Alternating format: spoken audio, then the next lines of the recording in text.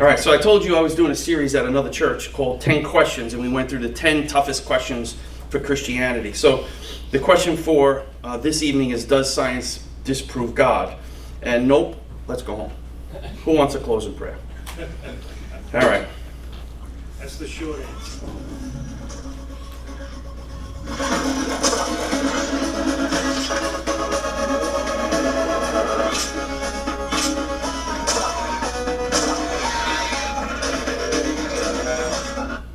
Ta-da. How'd you like that? All right. Faith versus science, which is correct? Science is evidence-based. Faith is believing with an absence of evidence. How do you like the way that's framed? Anybody like that, dislike that? Great. This is terrific. This is the interactive portion of the presentation. Please feel free to speak up. Oh, you got an insight. All right. Why do you disagree with it, Miss Erica? Because faith doesn't, it's not blind. Like, there's evidence to support our faith. Right. Exactly. And why is it faith versus science, as if these were adversaries? Right? The people who set the terms set the parameters for what they want to teach you. Right? So this is loaded already. This has built-in presuppositions into the whole premise of this situation anyway. The way the very proposition is phrased pits them against each other as if they were enemies.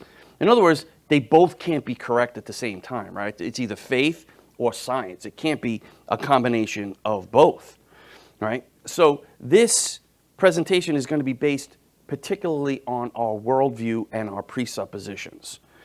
So that's our first slide. The presuppositions. Anyone want to take a guess at what a presupposition is? It's like a basis, a starting point.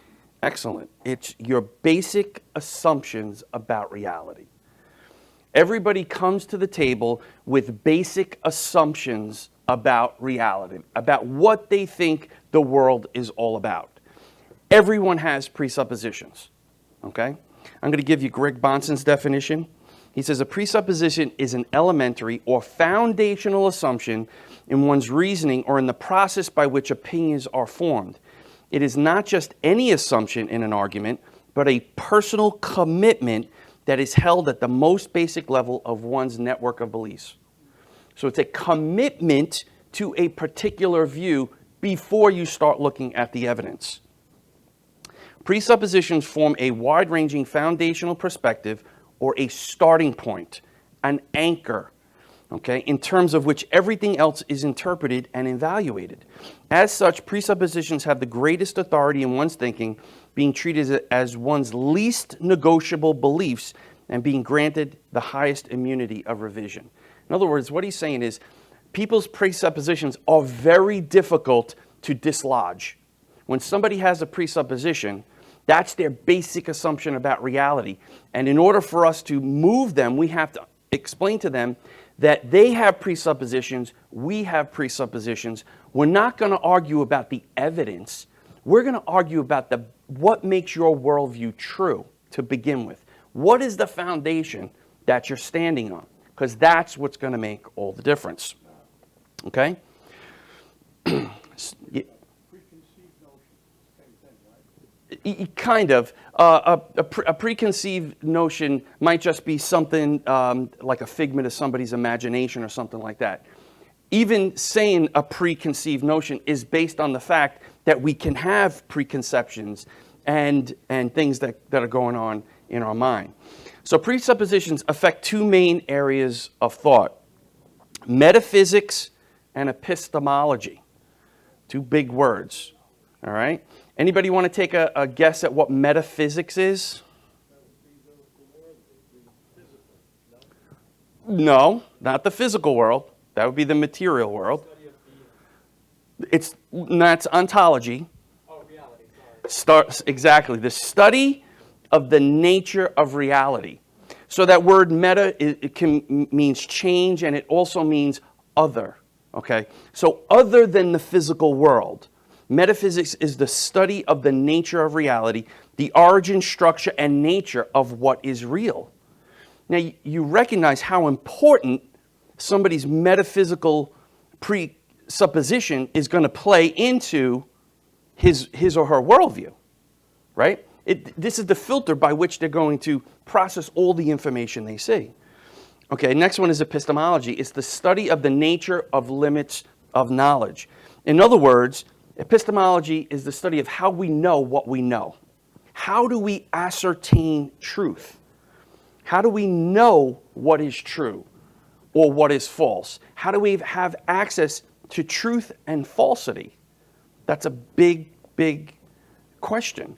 I was doing an online discussion with somebody, and it was supposed to be presuppositional, but he kept going at me with evidence, and he kind of was steamrolling me, and I finally got him to slow down, and I said, okay, listen, you're arguing about evidence and all these little different things, but you haven't told me what is the basis for your worldview.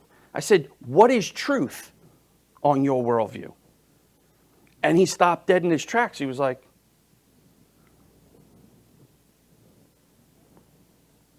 reality? I said, whose reality? Yours, Hitler's, Mother Teresa's? Whose reality? See, when you ask somebody, what is truth?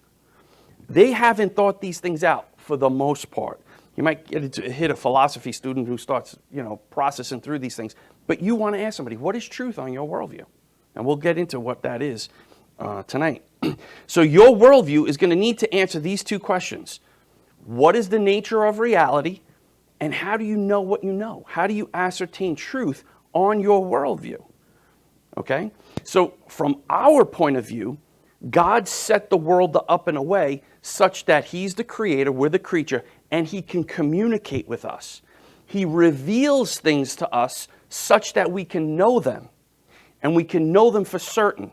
Why? Because God is omniscient.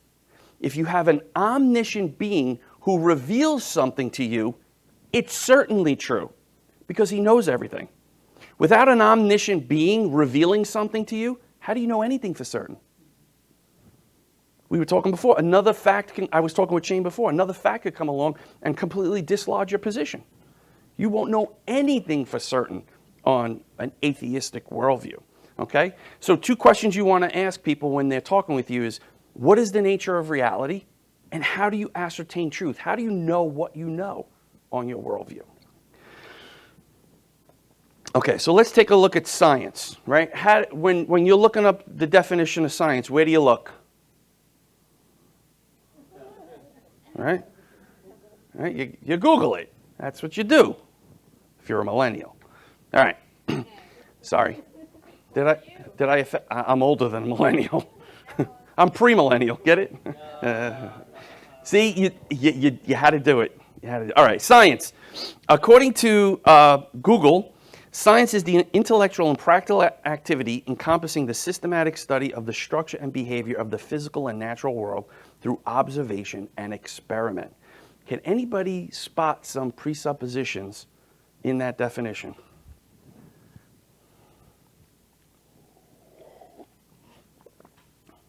Yes? The idea of the physical and natural world being interconnected and that it doesn't account for an unobservable world. Exactly. So science, according to them, is the study of the natural world. Well, what about the metaphysical world, the part that's behind the physical world, moving the physical world forward, right? So they start out with the intellectual and practical. So their presupposition is, okay, we can ascertain truth, first of all, about the physical and natural world through what? Observation and experiment. They assume that observation and experiment are the only ways you can know something. Right? The only way you can know something is through your five senses, according to them. So the question you might want to ask them is, which one of your five senses taught you that? That you can only know things through your senses. You see, these presuppositions have gaping holes in them. So they have this presupposition right off the bat. Okay, so faith. We're talking about science versus faith. When you want to know what faith is, what do? There you go. All right. I tried to trick you. Well, the millennials Google it. All right.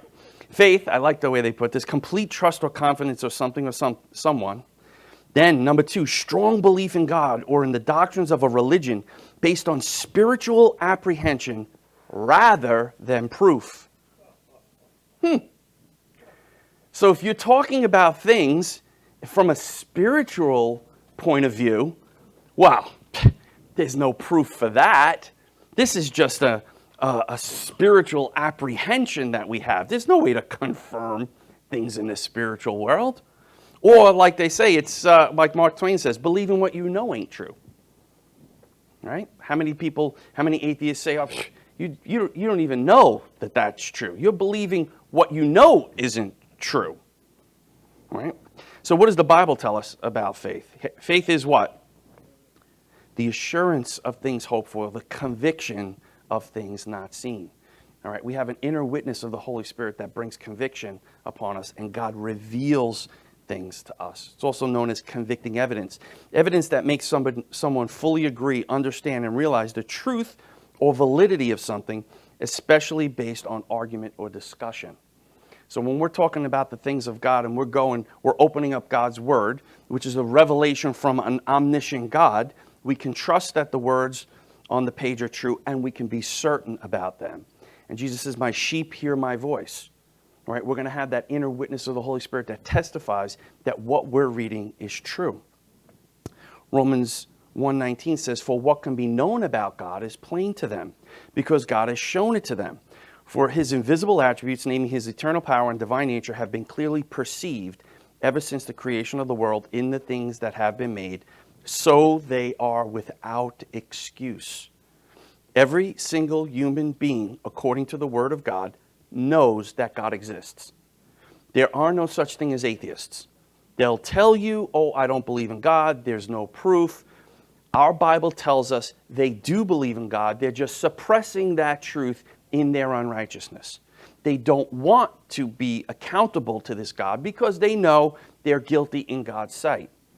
Incidentally, we do apologetics, which means a defense for the faith. This word, without excuse, is anapologetics, without a defense. So when the atheist stands before God to give an account of himself, he's going to be without a defense. Right? And that really should break our hearts, because that's a human soul. That's a soul that God created. It's our job to bring them the good news, to give a reason for the hope that lies within us with gentleness and respect. That's why we need to know these things, to be able to convey them to unbelievers and see their souls saved. So, human beings are not neutral. Everybody has a point of view. Everybody has a presupposition. Scientists, naturalistic scientists, have suppositions. Christian scientists have presuppositions. This is where it's a war of the worldviews. Whose presuppositions provide us with a world that we can ascertain and know truth. That's what this is about, okay? Okay, so I pulled up a little bit better definition of science than, Google. So this is from the sciencecouncil.org, and it says, science is the pursuit and application of knowledge and understanding of the natural and social world following a systematic methodology based on evidence. That's a little bit more palatable. So scientific methodology includes the following: objective observation, measurement, and data. Are human beings objective? No, no one is neutral. The atheist is suppressing the knowledge of God, right? The Christian comes to the table saying God exists. I'm going to argue from that vantage point forward. Okay? So neither one of them come to the evidence neutral. The atheist doesn't say, well, I'm going to set my scientific mindset aside. And the Christian doesn't say, well, I'm going to set God aside. Although they sometimes do that with classical and evidential apologetics. But no human being is objective. Next is evidence. Okay? Empirical and forensic. So science is based on observing things with your senses. Again, in their worldview, the question becomes, how can you trust your senses? Why do you trust that your senses are reliable? In a world of in a random chance universe, right? Maybe the process of evolution isn't, the process of evolution, according to them, gets the strong survive. But Evolution doesn't choose for truth. Evolution chooses for survivability, right? So the evidence may be skewed based on your senses. Experiment and observation as benchmarks for testing hypothesis. Induction, reasoning to establish conclusions drawn from facts or examples. And this is a big, big problem for atheists. It's called the problem of induction. How do you know tomorrow what's going to happen tomorrow, okay, today? How do you know that the laws of gravity are not going to change tomorrow? How do you know that the atomic mass or the speed of light or Planck's constant or any of these constants that we have in the universe are not going to change? Without appealing to yesterday. Right? So you have no knowledge for certain that tomorrow is going to be like today, except in a worldview that has God upholding the universe in the palm of his hand, keeping it that way. In a random chance world based on, chaos, why would tomorrow be like today? Okay, they have no answer for that. Repetition. Obviously, scientific experiments have to be repeated and proved over and over and over again. Again, that's going to be part of induction. Critical analysis. Again, how can you be critical about something when your presupposition is God doesn't exist? There is no such thing as the supernatural world. That's not being critical. Verification and testing. Critical exposure to scrutiny, peer review, and assessment. So whatever conclusions they come to are going to have to be reviewed by other scientists who are also of the same mindset. So again, it's not going to be objective. The real question is, why is science even possible in the first place? How do we ascertain truth, okay? And why does the universe stay at the constant that it is? Why is tomorrow going to be like today on a random chance universe? Okay, so are scientists objective? I'm going to give you a couple of quotes from some of them. This is Dr. Richard Lewontin. He says, "We take the side of science in spite of the patent absurdity of some of its constructs, in spite of its failure to fulfill many of its extravagant promises of health and life, in spite of the tolerance of the scientific community for unsubstantiated just-so stories, because we have a prior commitment to materialism. We cannot allow a divine foot in the door." Seems very objective to me. I wouldn't want him on a trial jury, right? This guy's got his mind made up. That's not looking at the evidence critically. Are scientists open to evidence? Francis Crick, the founder of DNA, says this: "Biologists must constantly keep in mind that what they see was not designed, but rather evolved." So they're looking at cells under a microscope, they're looking at DNA, and it looks designed. But I have to constantly remind myself that it wasn't designed. Sounds very open to evidence, doesn't he? Again, I wouldn't want this guy, investigating a crime scene. You're guilty, that's it. No other evidence involved. Here's my favorite scientist, Richard Dawkins. "Biology is the study of complicated things that give the appearance of having been designed for a purpose, but then argues that they're not. It's just the product of a random chance universe. There's no purpose or design behind this." He has a presupposition that materialism is his presupposition and evolution is true. Are scientists using reason, right? We talked about that as part of the scientific process. You have to reason to the conclusion.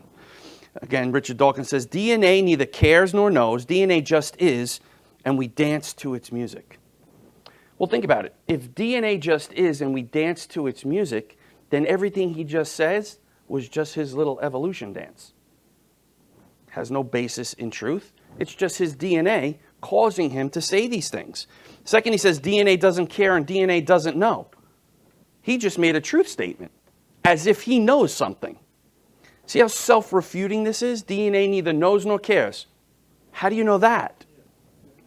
Okay. Third, wouldn't people of faith who you have disdain for just be dancing to their DNA? Wouldn't that have to be a possibility on your worldview? Why are you so upset with people of faith if it's just the way their DNA is programmed them? Okay? So how does he know what purpose is? We are machines built by DNA whose purpose is to make more copies of the same DNA. That is exactly what we are for. Pretty bold statement. We are machines for propagating DNA, and the propagation of DNA is a self-sustaining process. It is every living object's sole reason for living. Yeah, exactly. How does he know the purpose when he just said that DNA neither cares nor knows? 2 slides ago, he says there is no purpose for the world. Okay? When you hold to that presupposition and you are not allowed to let a divine foot in the door, you have to concoct a bunch of stuff and hope that it sticks together. All right? It's because of his presupposition, his pre-commitment to materialism. Okay? And he cannot allow a supernatural explanation for what's going on. I keep saying he just does his little evolution dance. All right. So, do scientists do critical analysis? Here's Stephen Jay Gould. He's a Harvard paleontologist, tops in his field. He says, the extreme rarity of transitional forms in the fossil record persists as a trade secret of paleontology. Evolutionary trees that adorn our textbooks have data only at the tips and nodes of their branches. The rest is inference, however reasonable, not the evidence of fossils. What he's saying is the fossil record does not bear out the truth of evolution. The lack of fossils, he says, makes the scientists say we have to infer these things. We're pre-committed to evolution, so how do I get these fossils to fit that story? Versus looking at the story and saying, okay, let me see where that leads. They start with a pre-commitment. Here's David Berlinski. He's a world-renowned mathematician. He says there are gaps in the fossil graveyard, places where there should be intermediate forms, but where there is nothing whatsoever instead. No paleontologist denies that. This is so. It is simply a fact. Darwin's theory and the fossil record are in conflict. When he talks about intermediate forms, he's talking about that missing link. All right, the fossil that bridges, fishes to men. There should be millions and millions of these things, based on what evolution teaches, because it happened over millions and millions of years, and it's a very slow process. The bankruptcy of the fossil record is enough to disqualify evolution. But better than that, Darwin himself says this. To suppose that the eye could have been formed by natural selection seems, I freely confess, absurd in the highest possible degree. How does an eye form itself? Over time. He recognized intuitively there's no way that's going to happen. So one of the things that the scientific method doesn't include, what scientific imperative tells you that you must be honest in your findings? Right? If we're all just dancing to our DNA, where's the responsibility to be honest? Funny, they have these things called, these are the peppered moths. Do you ever see these in the science textbooks? Okay, there's one white moth up top and one gray moth on the bottom. And this supposedly was to show how the white moth was picked off. The birds would come and they'd see that moth and eat it. And the other one, the gray moth, would survive. So this is natural selection, according to them. What they don't tell you is that those moths do not land on those trees and they're pinned there. They don't perch themselves on the bark of the tree. They're up in the leaves. They hide. So in order to make this sound true, they had to get these moths and pin them to the tree. Yet, this still appears in science textbooks. Right? Next, you've probably seen these. These are Haeckel's embryos. Right? These are to show that this is a pig and that's some kind of sea creature. It's to show that they all have the same vertebrae. It looks really good, right? Farinagle arches are not gill slits, even in fake drawings. So what happened was, they asked him, okay, could you show us the animals that you did this with? He said, no. They said, well, where'd you get the drawings? He says, I just drew them. This is a figment of Haeckel's imagination. This is not based in any sort of fact whatsoever. So these are just drawings because he's committed to evolution, so he has to make this look right. Okay, you probably heard of Piltdown Man. This was billed as the missing link. This was the fossil that was going to bridge the apes and the humans. right? So they found a human skull and an ape jaw. Well, they did. It wasn't. He didn't say it was a human skull and an ape jaw. He billed this as the intermediate fossil. Later on, when they actually were allowed to examine the skull, they found out that part of it was human and part of it was ape. And then they named who the forger was in the newspapers. Yet, Piltdown Man, Java Man, Lucy, all these supposed intermediate fossils,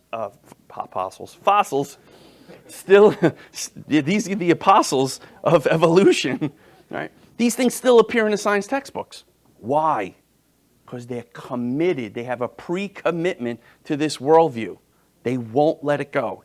As Dr. Lewontin said, you cannot allow a divine foot in the door. Okay. So I asked you before, what scientific imperative tells you that you must be honest in your findings? Christians have 10 commandments. Scientists have one. Eat or be eaten. Right? We have to push this agenda at all costs. We are not allowed to let a divine foot in the door. So let's take a look at how evolution holds up scientifically. Right? Objective observation. Are these guys objective in any way, shape, or form? No. Right? Evidence. They doctored the evidence to make their point. Experiment and our observation as benchmarks for testing hypothesis. Is evolution testable? No. Thank you. There's no experiment that you can do that can prove evolution. Why? Because it takes millions and millions and millions of years, according to them. So it fails the experiment test. Induction. They can't explain induction. They can't tell you for certain what tomorrow is going to be based on past experience. That's out. Evolution. Repetition. Can you repeat the experiment? Is evolution repeatable? No. Critical analysis. Based on what all these guys have said and done on their findings? Not at all. Verification and testing. Critical exposure to scrutiny, peer review, and assessment. These guys are all in the tank for this. So that's out. Basically, evolution is a belief, but not a scientific fact based on the scientific method itself. Okay, it does not hold water. There we go. So how does it hold us scientifically? Not so good.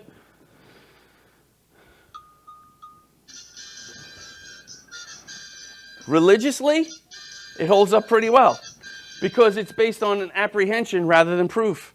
There is no proof for evolution. It's their religion, and they have to hold to it. Because when you hold to religion, you can shape and mold people the way you want. You can get them to believe that they're animals. Okay, let's move a little bit quicker. I'm using a book now by Paul Nelson called Presuppositionalism. He's a scientist, and he says, as a scientist, I'm qualified to state that evolution is not an empirical science. It cannot be demonstrated by observation, nor proven by experimentation. The transmutation of one distinct species into another has never been observed because it is beyond the limits of experimentation. No human being can live long enough to observe it. It's impossible to verify because it cannot be tested. Therefore, evolution cannot be classified as a theory because by definition, a theory must be testable. Evolution is simply unprovable. It's a speculative philosophy, a faith projection back into time. Okay. So, what does the naturalist propose, the naturalistic worldview propose? It proposes that nature is governed entirely by natural law. Natural law is what's going to govern everything we see.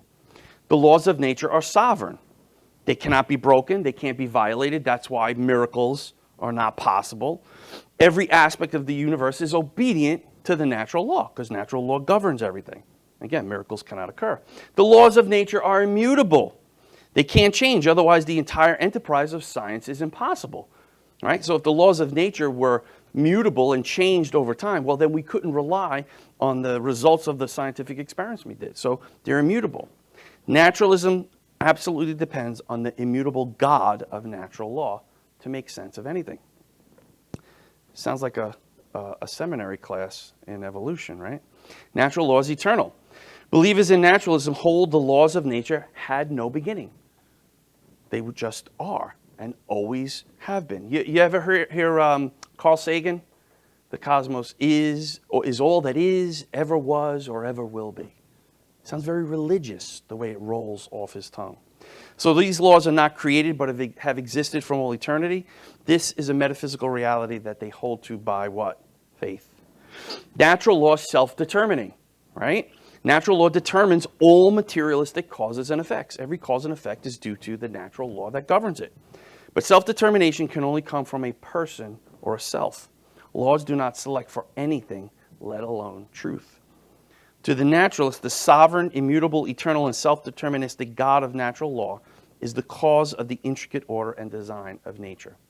So this is something they hold to by faith. There's no experiment they can do to prove it. Again, it's a deeply held presupposition. And to dislodge them from that, we have to present the Christian worldview, showing them that without God, you could not be certain of anything. You could not know anything for certain. Okay. I'm going to pass by this. They personify the natural laws. It says, they call the natural laws Mother Nature. And you remember that old chiffon commercial? I know I'm dating myself, right? It's not nice to fool with Mother Nature. Most of these don't even know what I'm talking about. That's okay. All right. All right, so natural law possesses the divine attributes of sovereignty, immutability, eternality, self-determination, and personhood. And God possesses the divine attributes of sovereignty, immutability, eternality, self-determination, and personhood. But their presupposition prevents them from seeing that this comes from the sovereign hand of God. Their presupposition is that the existence of God is impossible, therefore he doesn't exist. Their prior faith commitment determines their conclusion.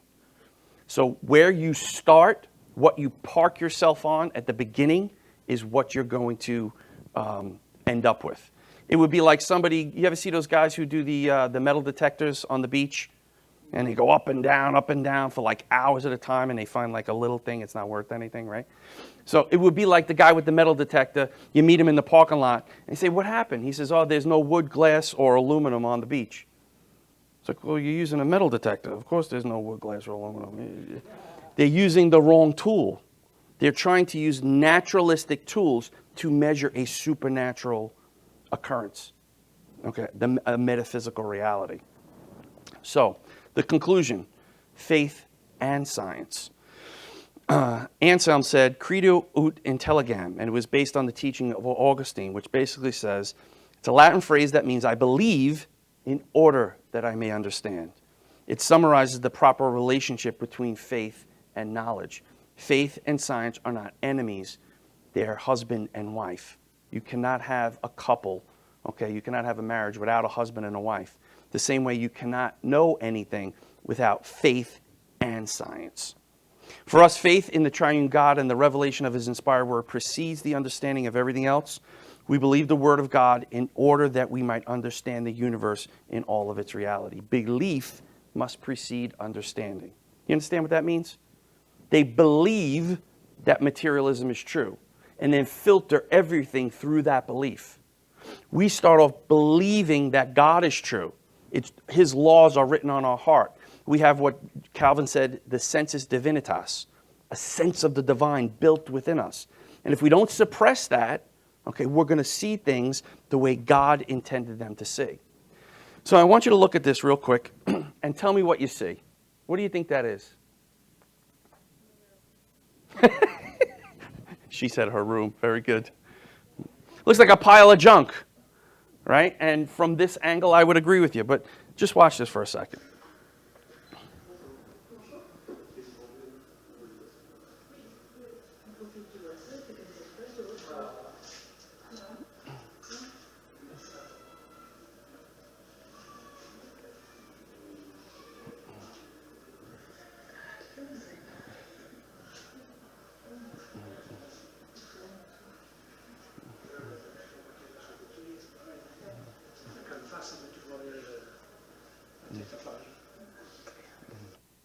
Okay, so this is a perfect illustration of what seems to be a pile of junk. There's a couch in the back. There was a guitar I saw, a couple of statues and things.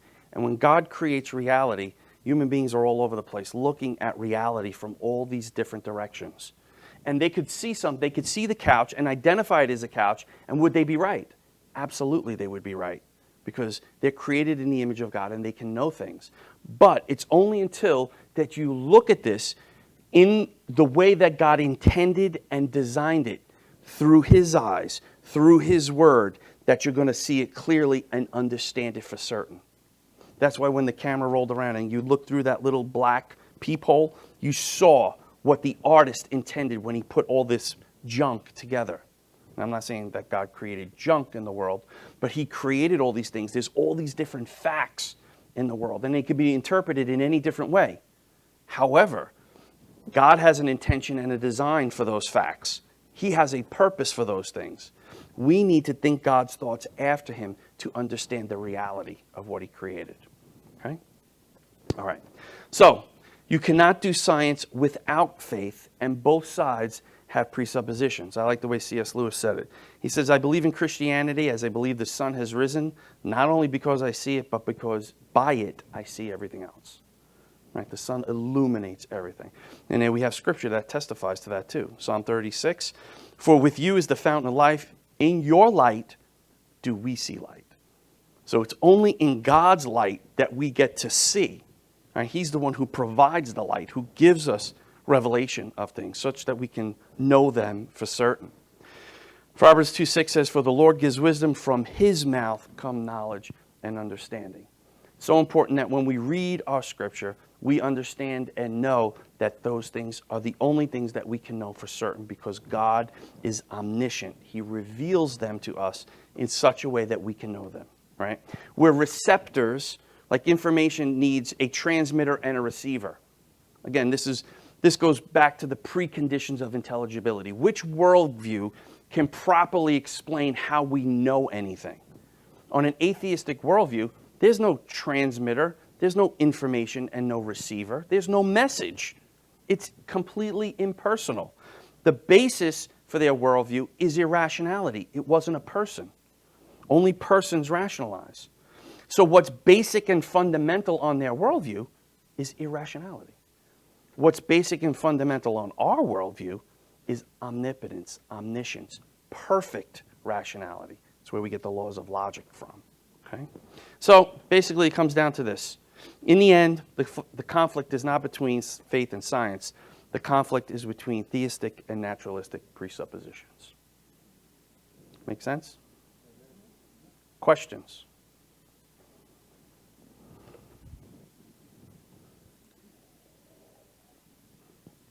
It was that good.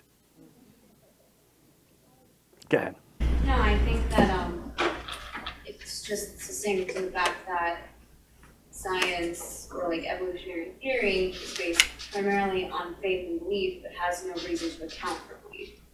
And that's really the point they can't argue, because I believe that it's the book you gave me, Dr. Lyle, who points out that like when you try to argue like evidence with a non-believer, they're just seeing it through their glasses, so they're always going to have a counter argument. But when he points out that like science or evolutionary science doesn't play by its own rules, there's really no counter argument. Right. Perfect, yeah. And Dr. Lyle does a great job of this, and he was taught by Bonson. So you don't want to argue evidence, okay? That's like arguing the leaves at the end of the tree versus arguing the root, okay? We want to get to the root of your worldview. Again, the question is, how do you ascertain truth, okay? How do you know what you know?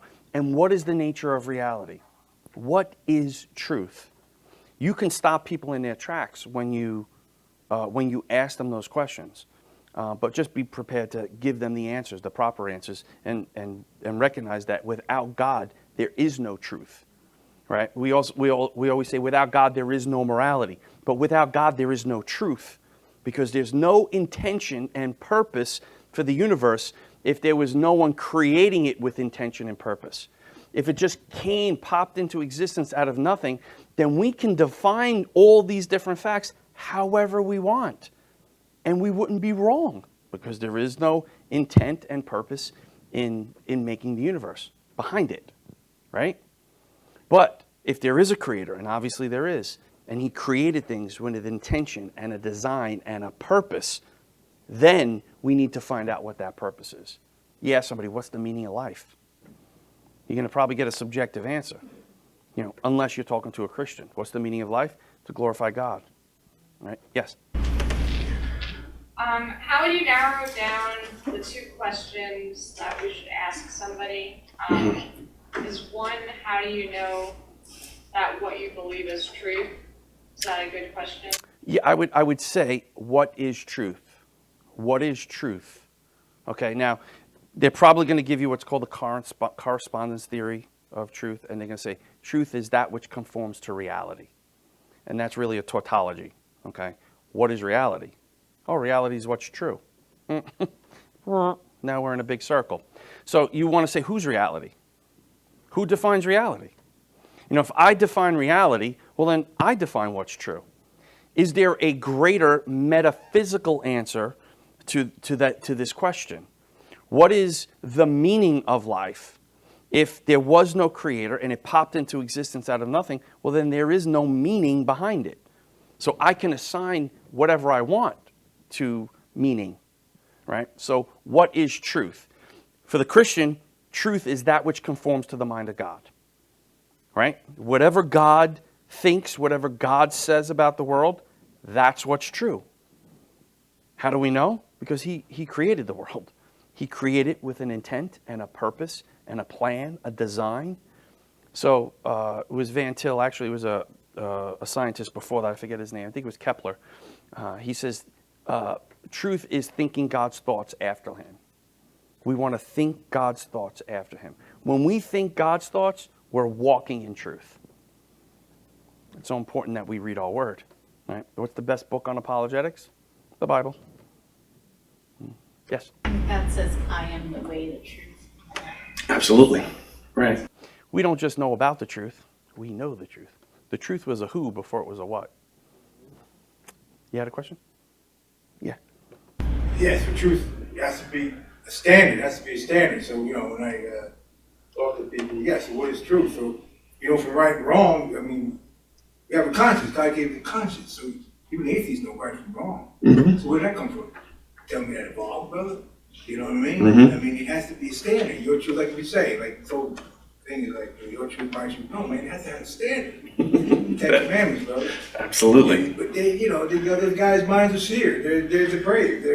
God gave them over, man. They're suppressing that truth in unrighteousness, right? They don't want to allow for the existence of God because then they're going to be obligated to him. And they know, based on the law that's written in their heart, that they're guilty. Yes? Sorry, just going back to my other question. Mm-hmm. So, like I know I have the question, what is truth? But based upon metaphysics and epistemology, mm-hmm. What would be, so like one of those, one question would be, what is truth? Mm-hmm. What would be the other question to basically establish? How do you ascertain truth? How do you know what you know? Okay? Because everybody said, well, I know stuff. How do you know what you know? Well, my senses. How do you know your senses are reliable? How do you know you're not in the matrix right now? Serious. I mean, and that's a question that atheists ask us. So how do you know you're not in the matrix? Because God told us we're not. That's the only way out. It's something called solipsism, where everything is a figment of somebody's imagination, and we're all in this giant, dream that this one particular guy's having, right? And the atheist has no way out of that. He cannot prove that we're not in somebody else's mind right now. The only worldview that can ascertain truth, that has access to truth and falsity, is the Christian worldview. How do you know God is real? The same way I know my mother's middle name. He told me. You don't have to go further than that. Somebody tells you, what's your name? Ralph. He's Ralph. How do you know? He told me. Right? How do we know God is real? He told us. He appeared in the flesh. Oh, I don't believe that. That's irrelevant. So you don't believe it. And what does that mean? Right. There's some people who don't believe the world is round.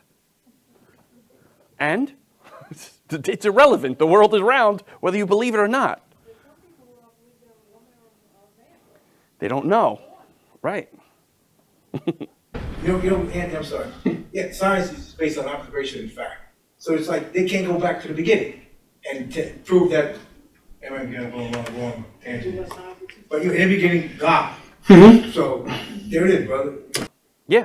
Well, for us, it's in the beginning God. For them, it's in the beginning the particles. The particles just came into existence. And, you know, I've talked to several atheists, and they're like, oh, you're telling me that a virgin can give birth to a child? You're kidding me. You really believe that? I said, well, I believe that Jesus was born of a virgin. I said, but don't you believe that the universe popped into existence out of nothing? Pick your miracle. Jesus being born of a virgin is nothing if he breathed the whole world into existence, which you believe that the world came into existence. You believe that the cosmos had a beginning. If there was no cause, well, then you believe in a virgin birth of the universe. Yes? I think it's also important to understand that, that presuppositionalism and reform theology go hand in hand. That's right. You can't have one without the other, because what is the reason why we as believers, why our epistemology is rooted in Scripture, is because God changed our mind. Mm-hmm. He granted us repentance, leading to a knowledge of the truth, whereas beforehand our mind was hostile with God. That's right. And our hostility to God would not allow us to accept any evidence of the Christian position. Mm-hmm. So our presuppositions have to be altered, and that happens by God's grace. Absolutely. That's an excellent point.